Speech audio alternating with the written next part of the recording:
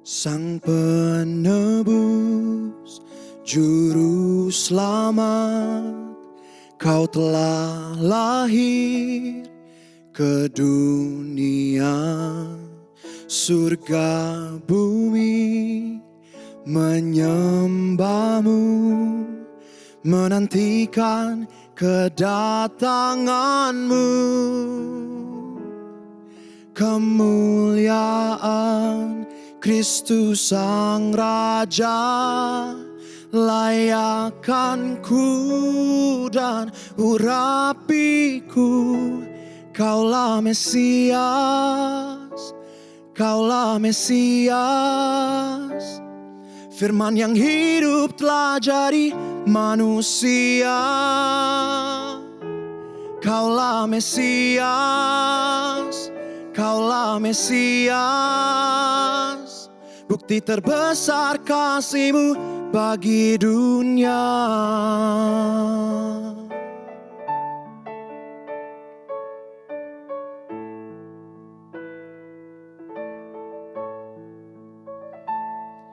Ku ditebus dan ku hidup, ku berjalan dengan kuasa-Mu. Kini aku kan nyatakan dan siapkan kedatangan-Mu. Kemuliaan Kristus Sang Raja, layakkan ku dan urapiku. Kaulah Mesias, Kaulah Mesias. Firman yang hidup telah jadi manusia. Kaulah Mesias, Kaulah Mesias. Bukti terbesar kasih-Mu bagi dunia. Hosana, Hosana. Blessed be the name of the Lord. Blessed be the name of the Lord in the highest place. Hosana,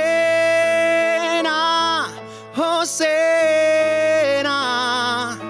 Blessed be the name of the Lord. Blessed be the name of the Lord in the highest place. Kaulah Mesias, Kaulah Mesias. Firman yang hidup telah jadi manusia. Kaulah Mesias, Kaulah Mesias.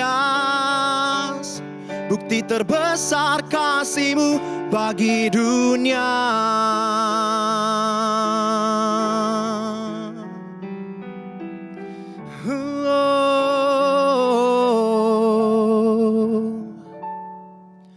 Layak dipuji, disembah, Kaulah yang bertahta, dulu, sekarang, dan selamanya. Raja atas segala raja, nama-Mu besar termulia. Layak dipuji, disembah, Kaulah yang bertahta, dulu, sekarang, dan selamanya. Raja atas segala raja, nama-Mu besar termulia. Layak dipuji, disembah, Kaulah yang bertahta, dulu, sekarang, dan selamanya. Raja atas segala raja, nama-Mu besar termulia. Nama-Mu besar termulia. Nama-Mu besar termulia.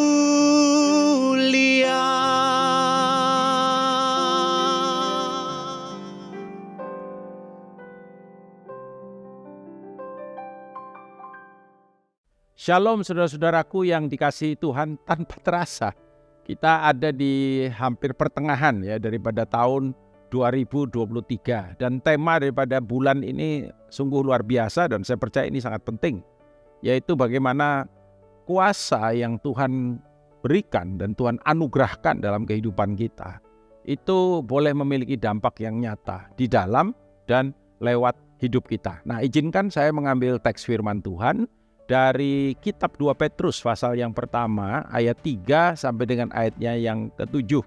2 Petrus pasal 1 ayat 3 sampai ayatnya yang ke-7. Saya akan bacakan buat saudara, atau kalau saudara ingin membacanya bersama-sama dengan saya, mari kita lakukan ya. Karena dikatakan kuasa ilahinya telah menganugerahkan kepada kita segala sesuatu. Wow. Yang berguna untuk hidup yang saleh, oleh pengenalan kita akan Dia yang telah memanggil kita oleh kuasanya yang mulia dan ajaib. Dengan jalan itu Ia telah menganugerahkan, 2 kali saudara, telah menganugerahkan kepada kita apa? Yaitu dikatakan janji-janji yang berharga dan yang sangat besar, supaya olehnya kamu boleh mengambil bagian dalam kodrat ilahi dan luput dari hawa nafsu duniawi yang membinasakan dunia. Justru karena itu kamu harus bukan kalau mampu, kalau bisa, enggak, harus dengan sungguh-sungguh berusaha untuk menambahkan kepada imanmu kebajikan, dan kepada kebajikan pengetahuan, dan kepada pengetahuan penguasaan diri, dan kepada penguasaan diri ketekunan, dan kepada ketekunan kesalehan, kepada kesalehan kasih akan saudara-saudara, dan kepada kasih akan saudara-saudara, kasih akan semua orang. Saudara, simpel sekali. Bagaimana teks yang kita sudah baca menyatakan satu dampak jelas terlihat di situ yang dialami oleh setiap orang percaya. Kalau saudara adalah orang yang percaya kepada karya Kristus, kepada apa yang Yesus sudah lakukan, kepada Injil kerajaannya, maka Alkitab berkata kita menjadi bagian daripada umat kerajaan itu sendiri, sebagai orang yang hidupnya based on, ya, berdasarkan, berlandaskan, mengandalkan apa itu? Firman-Nya. Karena itu kita disebut umat perjanjian. Janji-janji yang Tuhan buat, kebenaran yang dinyatakan lewat firman-Nya, itulah kiranya yang terjadi. Yaitu dikatakan bahwa dampak ketika orang percaya saat mengalami kuasa Allah dalam hidupnya, saat kuasa itu, kekuatan itu dianugerahkan. Bukankah tahun ini tuh year of empowering grace, ya, kasih karunia yang memampukan. Kasih karunia itu yang kemudian membawa kuasanya itu ada di dalam kehidupan kita. Dan saat kuasa itu menjamah kehidupan kita, maka saudaraku, saya percaya bahwa pasti kehidupan kita tuh akan menjadi kehidupan yang berdampak. Memang seharusnya demikian. Untuk apa kuasa diberikan? Untuk apa kekuatan diberikan, dianugerahkan kepada kita kalau tidak ada dampaknya, ya? Maka saya percaya lewat apa yang ditulis oleh Rasul Petrus, saya percaya ilham Roh Kudus, menyatakan kepada kita ketika kuasanya menjamah, ketika kuasanya terjadi, ketika kuasanya dibawa dalam kehidupan kita, maka dampak yang ini penting sekali menurut saya, ya, yaitu pengenalan akan pribadinya. Saudara, kita hanya bisa mengenal Allah, areanya itu hanya sejauh bagaimana Dia menyatakan dirinya kepada kita.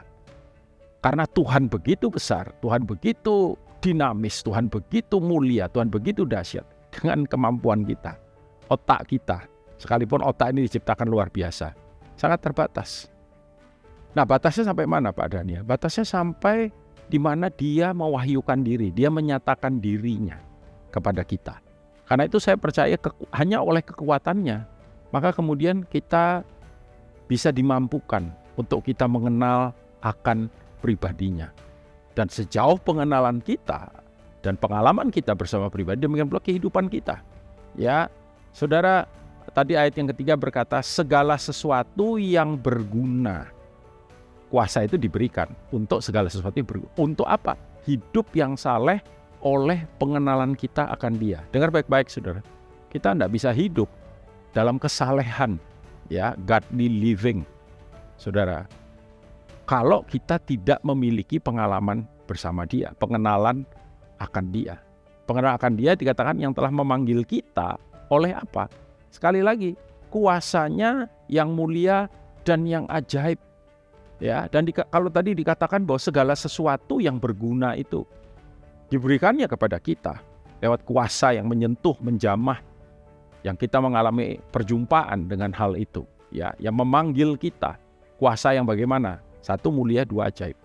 Saudaraku, segala sesuatu itu, perkataan segala sesuatu menyatakan kepada kita, tentu saja betapa seriusnya Allah mau agar kita hidup dalam kesalehan, godliness.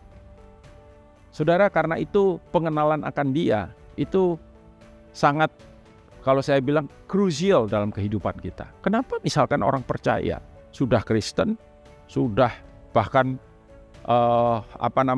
punya pengalaman aktif, bahkan mungkin jadi pemimpin, tapi kemudian ungodly hidupnya tidak saleh.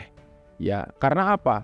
Karena saudara, pengenalannya akan Tuhan bukan merupakan satu pengenalan yang hakiki, ya. Mungkin pengenalnya cuma sampai di knowledge. Saudara, saya percaya antara pengenalan knowledge penting, kita belajar teologi misalkan, supaya kita tahu prinsip-prinsipnya. Tapi kemudian dari ranah sekedar di kepala kita masuk ke dalam hati kita, mempengaruhi seluruh aspek kehidupan kita, itu sesuatu yang berbeda. Nah, saya berdoa hari ini, kuasanya memampukan kita, kekuatannya, anugerahnya. Every day saya berdoa, Tuhan, biar kiranya kekuatan yang pada Tuhan dan anugerah-Mu, oleh anugerah, kekuatan yang saya dapat oleh anugerah, itu memberikan kemampuan kepada saya. Untuk apa? Untuk saya memiliki pengenalan secara pribadi akan dia. Pengenalan itu akan memimpin kehidupan saya, menuntun, membawa kehidupan saya di dalam kesalehan. Ya, di dalam kesalehan. Dan tentu saja ketika kita mengerjakan dan melakukannya, maka kita juga akan mendapatkan apa yang disebut dengan calling dalam kehidupan kita. Kehidupan tentu saja dampaknya itu akan luar biasa sekali. Tidak hanya untuk kita secara pribadi, tapi juga bagaimana kalau kita hidup sesuai panggilan kita. Dan tentu saja panggilan itu kaitannya nanti dengan fungsi, saudara. Dan kita boleh berfungsi sesuai dengan panggilan itu, hidup kita pasti akan jadi berkat, akan jadi dampak yang luar biasa buat orang lain. Ya, jeruk diciptakan untuk dinikmati kan. Ya, demikian pula dengan buah-buah yang lain misalkan. Saudara, demikian juga kehidupan kita. Hendaklah lewat kehidupan yang saleh, oleh pengenalan akan dia, saudara, kehidupan kita menjadi dampak yang lebih lagi bagi banyak orang. Tapi tidak stop sampai di situ.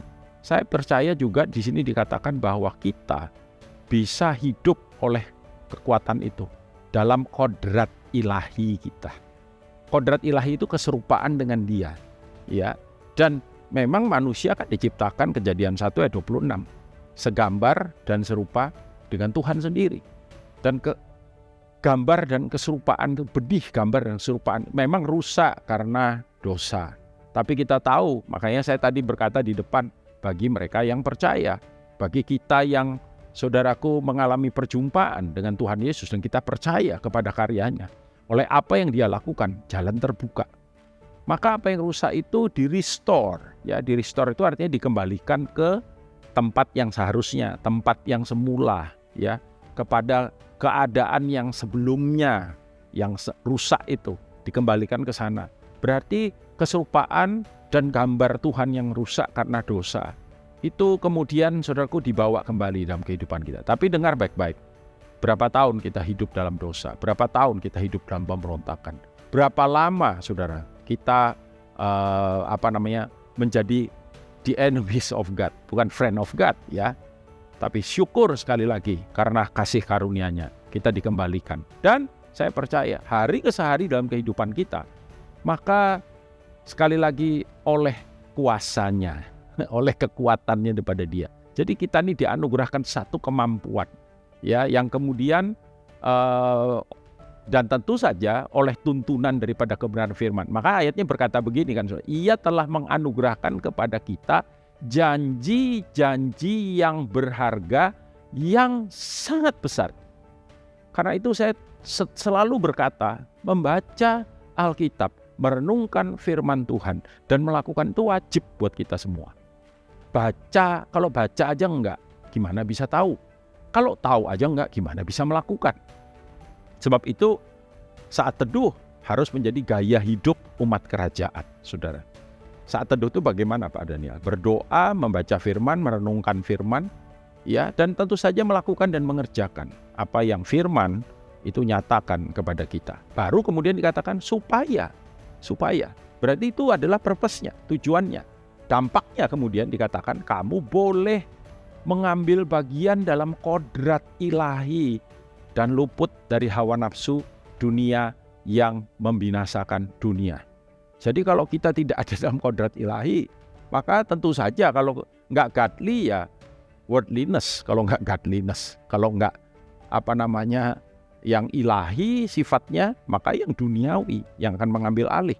Dan Alkitab berkata bahwa oleh dunia kita binasa dalam keduniawian kita. Ya. Dan karena itu saudara, sekali lagi dampak daripada kuasa dalam hidup kita adalah kehidupan yang ilahi, kehidupan yang saudaraku semakin nyata di dalam keserupaan dengan siapa? Dengan Kristus. Mula-mula kata Rasul Paulus, gambaran itu kabur, mula-mula nggak terlalu jelas, ya. Tapi udah mulai formnya kelihatan. Sama kalau kayak kita lihat gambar yang blur, ya saudara, ya formnya mungkin mulai kelihatan, ya. Orang bilang wah, lumayan sekarang, ya. Kalau dulu tuh dikit-dikit marah, kalau sekarang sudah enggak. Ada penguasaan diri, masih marah, masih kadang-kadang ngomong yang ya rada lewat-lewat, ya. Tapi enggak kayak dulu. Waduh, kalau dulu kayaknya tanpa mikir, tiba-tiba sentuh tektor langsung. Sekarang sudah ada mulai. Tapi saudara dengar baik-baik bahwa perubahan itu harus makin hari itu makin nyata, makin hari makin baik, makin hari makin mirip siapa? Mirip Tuhan Yesus. Kodrat ilahinya itu makin jelas, makin nampak, ya saudara. Dan kalau secara kontinu, ya kita lakukan kebenaran, kita kerja. Aku percaya Tuhan, kuasa-Mu menyertai aku, kemampuan-Mu ada pada diriku. Ketika kita membaca firman, kita kemudian melakukan internalisasi, ya. Kita biarkan diri kita itu direndam firman. Kita biarkan firman itu menguasai seluruh aspek kehidupan kita, mengendalikan seluruh aspek kehidupan. Maka secara kontinu kalau ini terjadi pada diri kita, hari ke sehari kita menjadi lebih serupa, makin serupa. Keserupaan yang kemudian, ingat ukurannya, kalau firman berkata ukurannya itu sempurna, saudara. Jadi aim high, ya, dalam kehidupan kita. Aku mau jadi makin serupa. Dan we learn, kita belajar. Ini disebut dengan proses learning. Bagaimana kalau gagal, Pak? 7 kali orang benar jatuh, dia bangkit. Nah, kata kuncinya adalah bangkit, bukan jatuhnya, saudara. Ya, kita bisa melakukan kebodohan. Ya, kita hidup di dalam daging dan kita berjuang setiap hari dengan daging ini. Tapi kita dijamin kemenangan. Ya, jamin kemenangan. Kenapa? Karena kuasanya menyertai kita. Hiduplah di dalam keserupaan akan Kristus, ya, dan kemudian biarkanlah saudaraku hidup kita ini seperti di take over anak Allah, hidup kata firman dipimpin Roh Allah. Izinkan Roh Kudus memimpin kehidupan kita. Kita berserah, ya, berserah bukan hanya kalau ada masalah. Tuhan ada masalah, aku nggak sanggup, aku berserah. Jangan cuma itu, saudara, ya.